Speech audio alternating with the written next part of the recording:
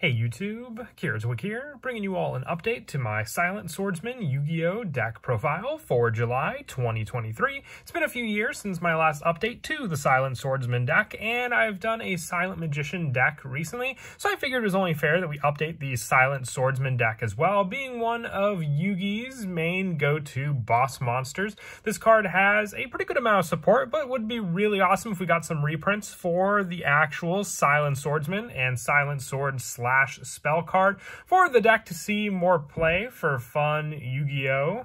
Basics, being the level up play style, and then also just being able to stop your opponent's activation of spell cards once you have your Silent Swordsman level 7 on the field. So without further ado, let's go ahead and get started with the deck profile. So we'll go ahead and start off with the main deck monsters. We're running 3 copies of Silent Swordsman level 3. You negate the effects of your opponent's spell cards that target this card during your standby phase. You can send this face-up card to the graveyard to special summon 1 Silent Swordsman level 5 from your hand or deck. You cannot activate this effect the turn this card is normal summon, special summon, or flip face up. But the main setup for your Silent Swordsman level 3 is to be used as tribute fodder for your Silent Swordsman, being able to then special summon that monster onto the field just by tributing a warrior monster you control. You do have the level up option in the deck to get your Silent Swordsman level 3 to the next level, which is Silent Swordsman level 5, unaffected by your opponent's spell effects during your next standby phase. After this card inflicts battle damage to your opponent by a direct attack, you can send this card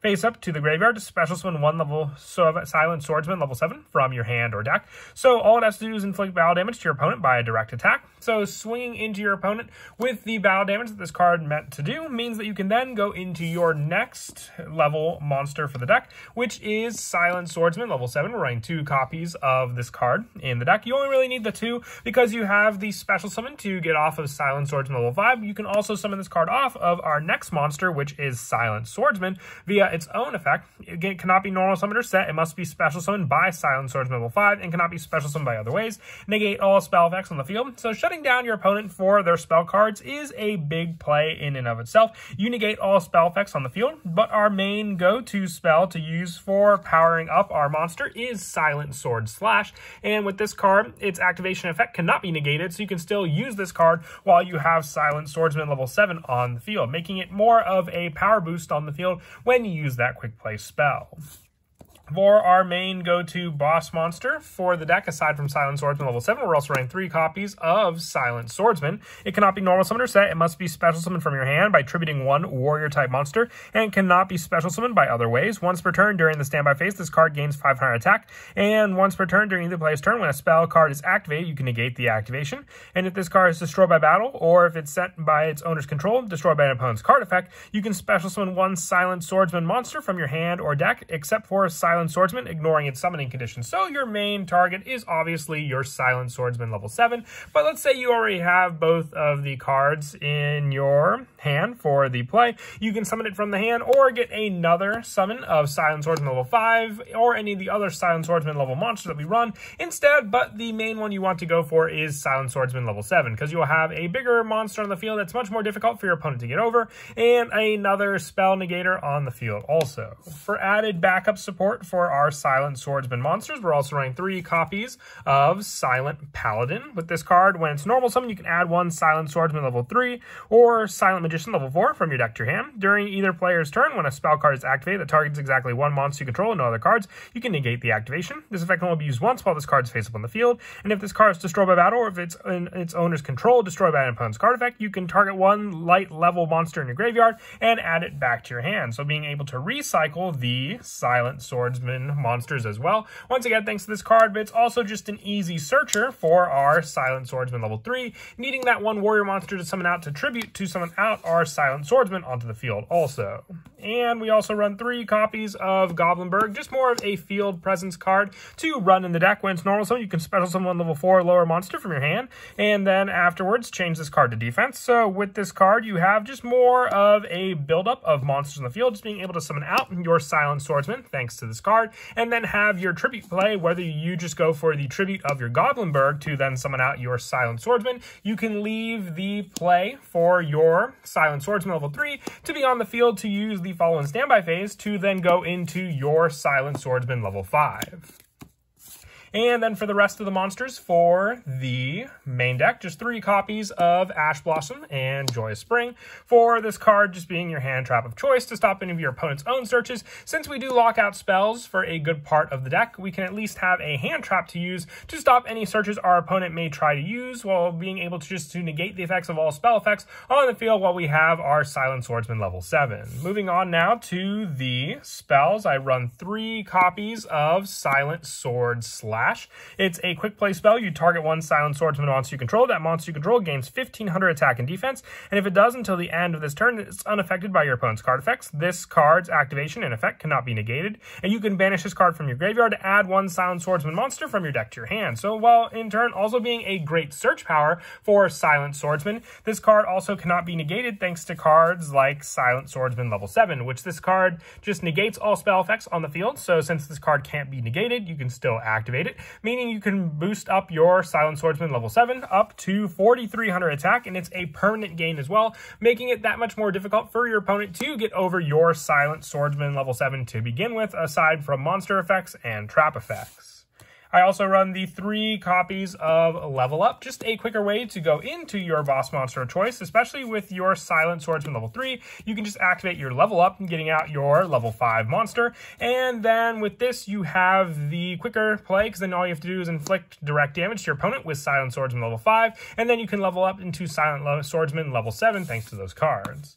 I also run 2 Pot of Prosperity just for additional search power in the deck. If you don't have Pot of Prosperity and you want to run other cards, you can always run 1 copy of Upstart Goblin and 1 copy of Pot of Avarice for more of a recycle lineup, or you can even go for more of a draw power with cards like Pot of Desires. It's a little more risky because if you banish 3 of the engine, it could disrupt some of the plays you want to do in the deck, but Prosperity, you at least banish cards from your extra deck, which in the extra deck isn't really a big part of the deck for you to use, aside from some small plays you can do for attribute boost, and also cards like Isolde, 2 Tales of the Noble Knights for additional monster search. But still, I like it just for being able to reveal the top cards of your decks, and this card should be reprinted soon as well, making it a little more easily accessed for people who do want to play this. Also, 2 copies of Foolish Burial Goods, just so you can send your Silent Sword Slash to the graveyard, and then banish it from the graveyard to get the search for the Silent Swordsman monster you need. So it's just a quicker way to add Silent Swordsman to your hand, or if you need just a warrior monster to add to the normal summon to tribute to special summon it out onto the field. And then for some of the one-ofs for these spells, I run 1 copy of Reinforcements in the Army, pretty easy search power for any of the lower-level Silent Swordsman monsters. 1 Harpy's Feather Duster to clear out the trap back row, that could also just take out our Silent Swordsman monsters since they're still affected by trap cards. 1 Call by the Grave, and 1 Monster Reborn, just more early plays to stop your opponent's graveyard or hand traps, and then special summoning back any resources we may need. Remember, your spell effects will be negated when you have your level 7 on the field, but you can at least activate these beforehand and then just play around them afterwards. With our trap lineup consisting of 3 copies of Infinite Impermanence for more monster effect negation and not being affected by our Silent Swordsman level 7 once again, and also 3 copies of Call the Haunted, because one thing I do like to do with this card is on the end of my opponent's turn, summon back from my graveyard the Silent Swordsman level 3 onto the field, and then during my next standby phase I can level up this card, sending this face-up card to the graveyard to special summon a Silent Swordsman level 5 from my hand or deck. So it's just during the standby phase of my next turn, meaning I'll have this monster, since I activated it on the end of my opponent's turn, to then summon out Silent Swordsman level 5 the following turn. And then still having a normal summon if I were to go for a play like a Goblinburg special summon setup to then get out an extra deck monster that could get over my opponent's monsters while keeping my Silent Swordsman level 5 free to attack into my opponent directly for damage. And that is it for the main deck. We'll now move on to the extra deck. I run 2 copies of Isolde, 2 Tales of the Noble Knights. I run 2 copies of this card because we are running Prosperity, so I just have additional targets to banish if need be for my top reveal of my deck. And also 1 copy of Hip Hoshinengen, 1 copy of Lena the Light Charmer, 1 Cross Sheep, 1 Nightmare Cerberus, 1 Nightmare Phoenix, and the 1 IP Masquerena for the other Link 2 monsters, and then the 1 copy of Nightmare Unicorn for the Link 3 IP Masquerena plays if need be. And then for the Xyz monsters, 1 copy of Phantom Knights of Breaksword, 1 Tornado Dragon, 1 Exciton Knight, 1 Star Liege Paladynamo, because we just have some other easy options to use with cards like our Silent Paladin being a light attribute, and then having that option with our Silent Swordsman if need be to go into an Xyz monster to summon out. That can also give us some draw power, and also the 1 Baguska and the 1 Divine Arsenal Zeus to use with all the other Xyz monsters that we run.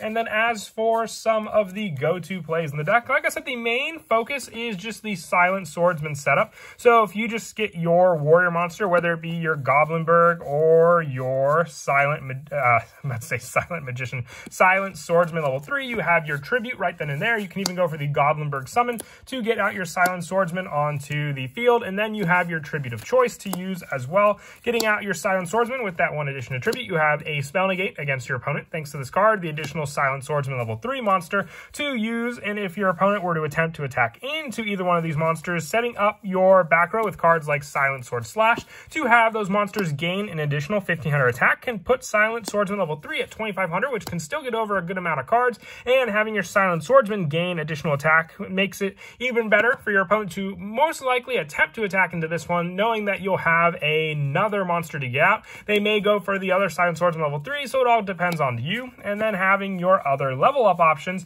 for cards like your Silent Swordsman level 3. The stronger your Silent Swordsman gets on the field, the more that this monster can take out cards, and then just use your Silent Swordsman level 5 to swing into your opponent's monsters. But if you either have the direct damage of this to summon out your main go-to boss monster, or the destruction of your Silent Swordsman, summoning out this card onto the field also. But that is it for the deck profile. I hope you all enjoyed. It's a really awesome deck, and I'm glad I finally got around to updating the Silent Swordsman deck for you all. And as always, until next time, please don't forget to leave a like and subscribe, and Kira Twig out.